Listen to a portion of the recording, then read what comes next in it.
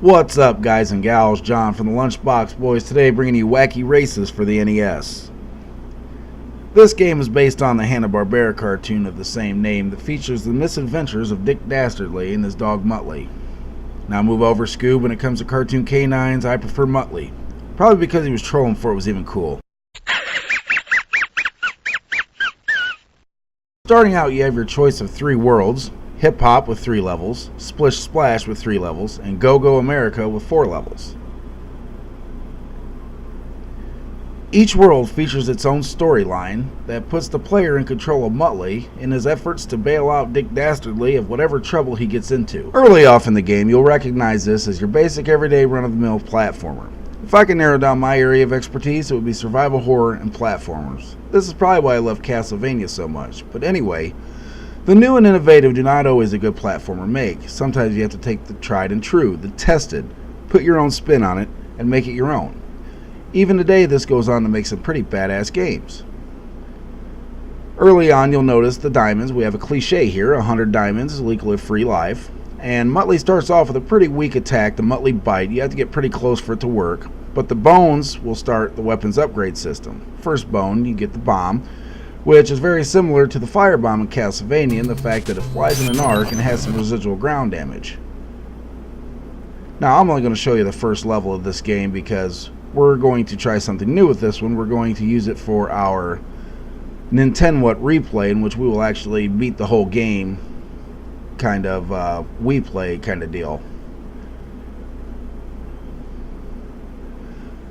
Alright, upon getting your second bone, you can unlock the Muttley Bark, which flies in a straight line and goes through even the scenery, kind of like the dagger on Castlevania.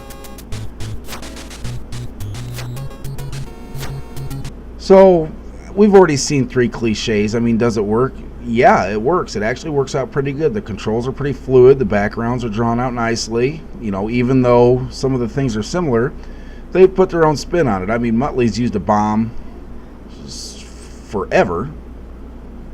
I mean, the upgrade system's pretty neat, and the little Muttley pictures will be free lives. Upon getting your third bone, you can unlock the third special move, which is the Muttley Copter, kind of like Mario in Super Mario Bros. 3 when he gets to leave.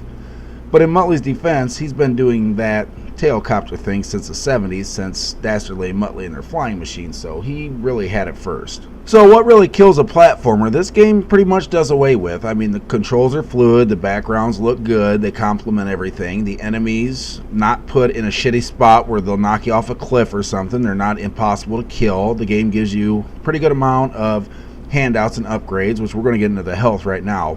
When you get to heart, you can get extra hearts up to 6. You start with 3, and then they'll also fill up your health, kind of like the energy canister on Mega Man. When Muttley gets down to 1 heart, it's not really, it doesn't do an annoying beep or annoying alarm or something like that some other games do. And when he dies, we'll get, this is pretty cliche. I mean, it's very similar to Super Mario Brothers. I mean, he faces the player and jumps off the damn screen, so that's kind of cliche there, but it works. The difficulty's not incredibly hard. I mean, that's another deterrent. If a game's too hard, people won't play it. And another thing I kind of dislike is when you go off the screen and then you come back, the enemies that were there, they return. I mean, this kind of happens in Mega Man. Well, it definitely happens in Mega Man. It doesn't kind of happen in Mega Man. It actually pisses me off. Fucker.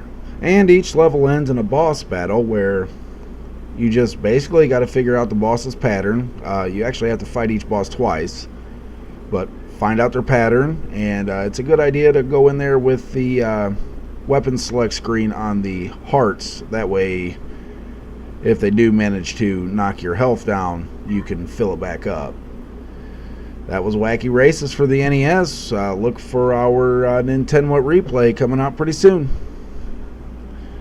This was John from the Lunchbox Boys. Lunchbox Boys out.